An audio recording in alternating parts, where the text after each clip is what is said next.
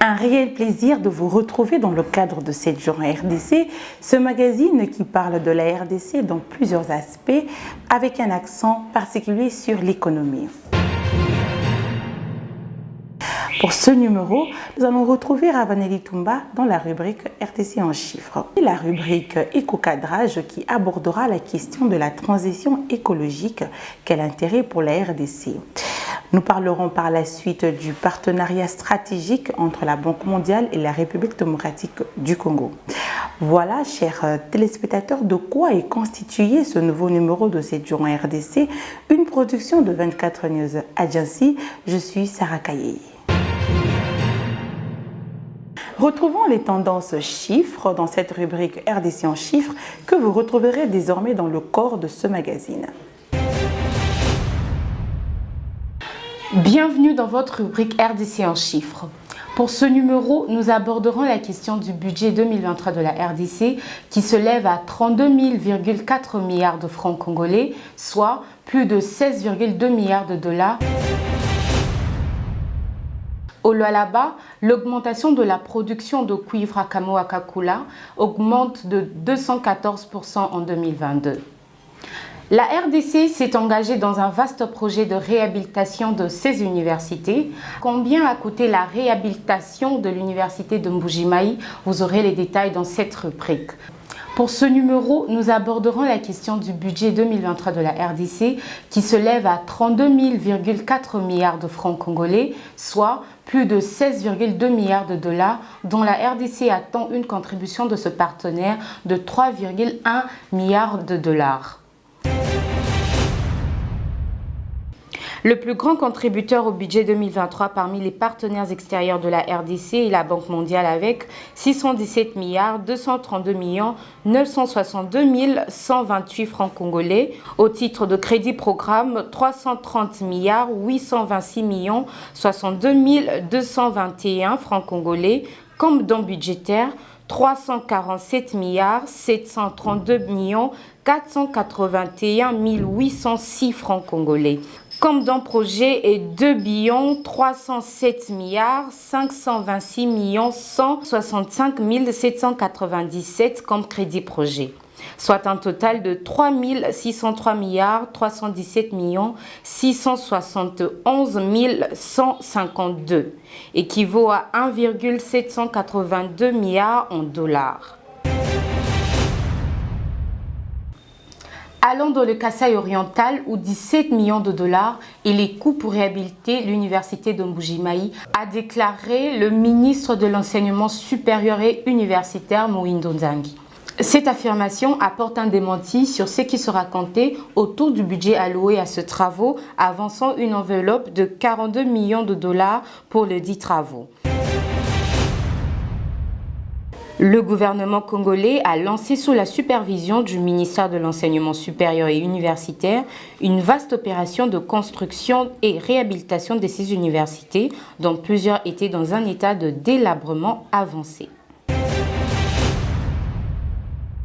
Quittons la province du Kasaï oriental pour le Lualaba. Selon l'agence Ecofin, la société Kamoa-Kakula a connu une augmentation de sa production de cuivre à hauteur de 215% en 2022. Le complexe de cuivre Kamoa-Kakula est entré en production en mai 2021 et 2022, qui fut donc sa première année d'exploitation complète.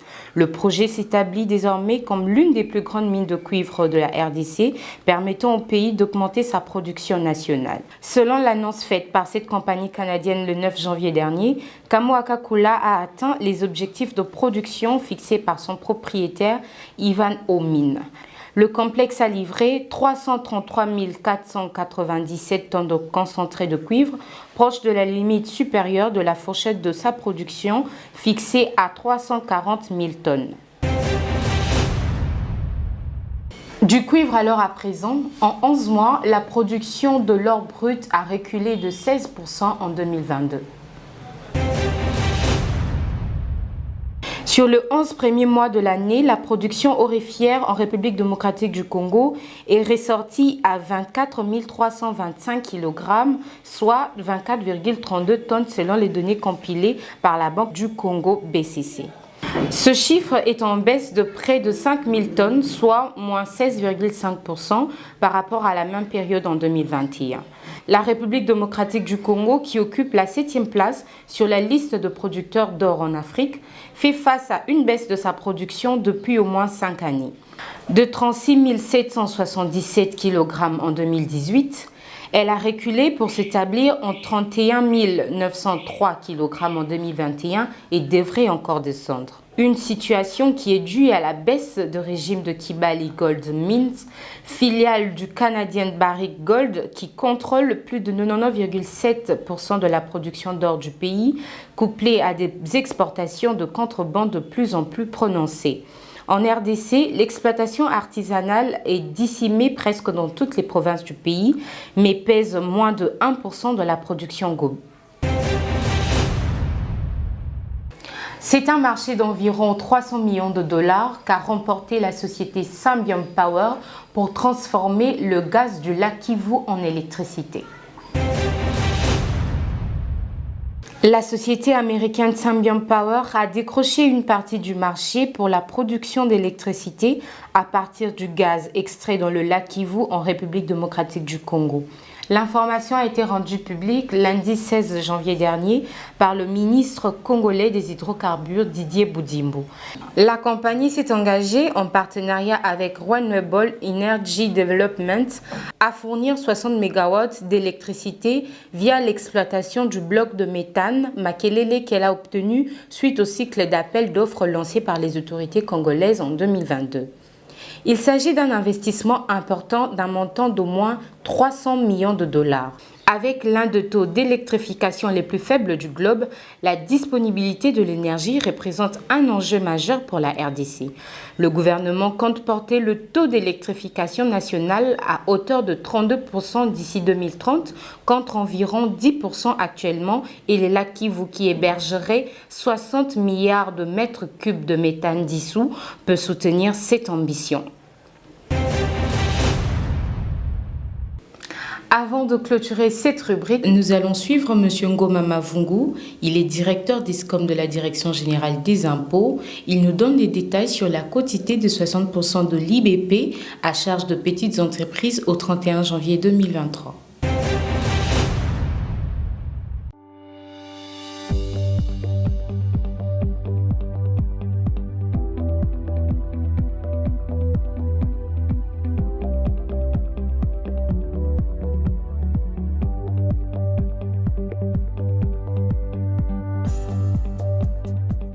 S'agissant de l'échéance du 31 janvier, c'est l'impôt sur les bénéfices et profits qui est concerné, mais pour les entreprises de petite taille, des catégories petites entreprises.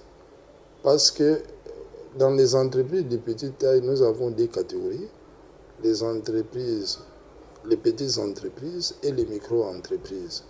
Pour l'échéance du 31 janvier, c'est seulement la catégorie petite entreprise qui est concernée par cette échéance.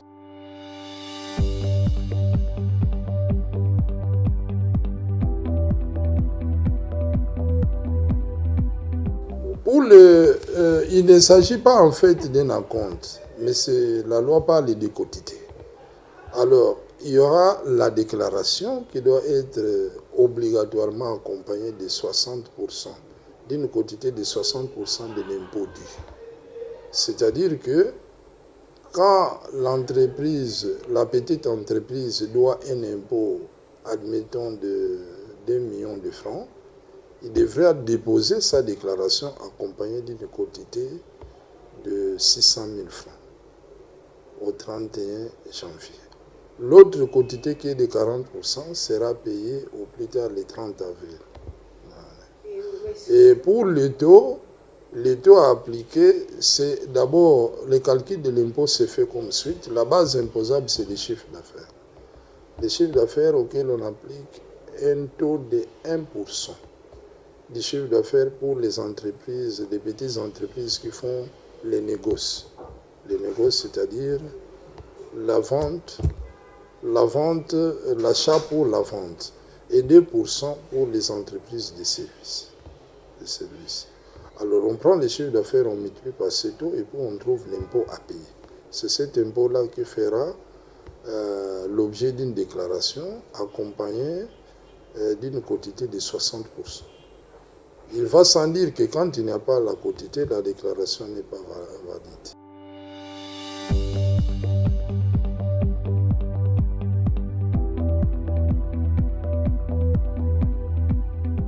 La déclaration doit être déposée auprès de chaque centre d'impôt synthétique qui gère la CGT. Chaque petite entreprise connaît au moins son centre d'impôt synthétique qui les gère. Et souvent, les centres synthétiques, ici à Kinshasa, c'est selon chaque commune. Il y a 24 centres d'impôt synthétiques. C'est là pour dire, pour une entreprise, une petite entreprise qui se trouve à Matete, ça sera au centre d'impôt synthétique de Matete.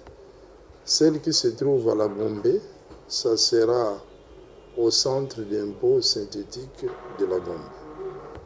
C'est auprès de ces centres qu'ils doivent se rendre pour retirer la déclaration.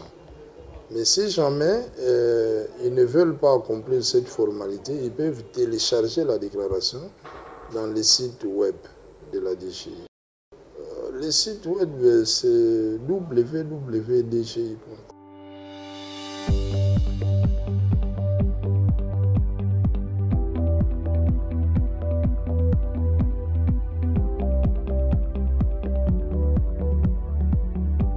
En cas de tout défaut de déclaration, la loi prévoit la sanction de taxation d'office assortie des pénalités. C'est-à-dire la procédure de taxation d'office, c'est l'administration qui part à l'offensive pour évaluer unilatéralement l'impôt qui doit la CGT, parce que lui-même n'a pas voulu le déclarer, conformément aux activités qu'il a réalisées.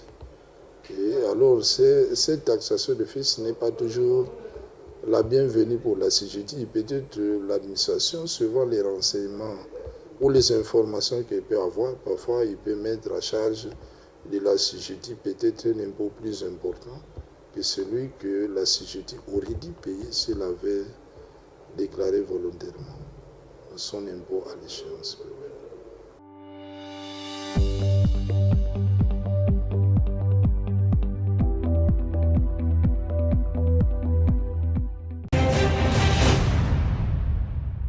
C'en est tout pour cette rubrique. C'était un réel plaisir pour moi de vous la présenter. Merci.